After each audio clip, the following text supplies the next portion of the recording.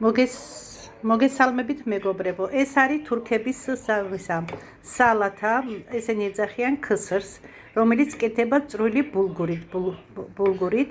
მე ვიღებ მაშინ, რა ქვია, ტაფაზე შუშა ზეითუნიაღთან ერთად ერთ დიდ, რა ქვია, ხავს ან ორ პატარა ხავს. ხახვი ძალიან უხდება და ამიტომ შეიძლება რამდენიც გინდა შეიძლება ორი ცალი დიდიც შეგიძლიათ მოშუშოთ. ზემოდან ვამატებ იმას, რა ქვია, წითელი წიწაკის პასტები იყიდება აქ, როგორც რა ქვია, ტომატი. ურევ ერთ კოს იქიდან მეორე კოს ჩვეულებრივი ტომატიდან ვუმატებ.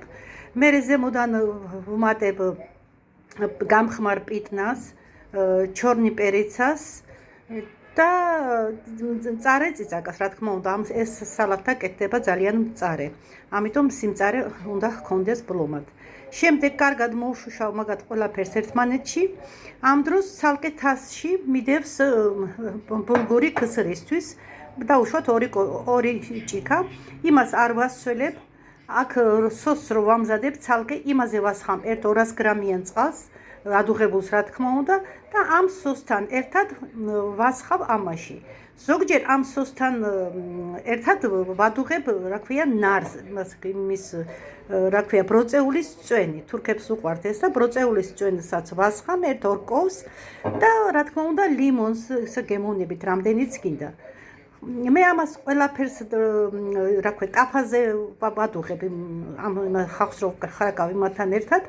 ზოგი კიდე ზემოდან ვეასხამს გამზადებულს. შემდეგ ვიღებთ, რა ქვია, პეტრუშკას, კამას და მწვანე ხახვი უნდა აუცილებლად. ეხლა ვისაც რამდენი უნდა გემოვნებით, შეგიძლია ხა ბევრი გავუკეთო.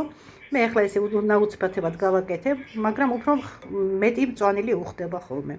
ზოგიერთი კიდე ასე რომ გააკეთებს, იმის შემდეგ ერთ დიდ პომიდორს იღებს, დააჭრისწვრილ და ამატებს.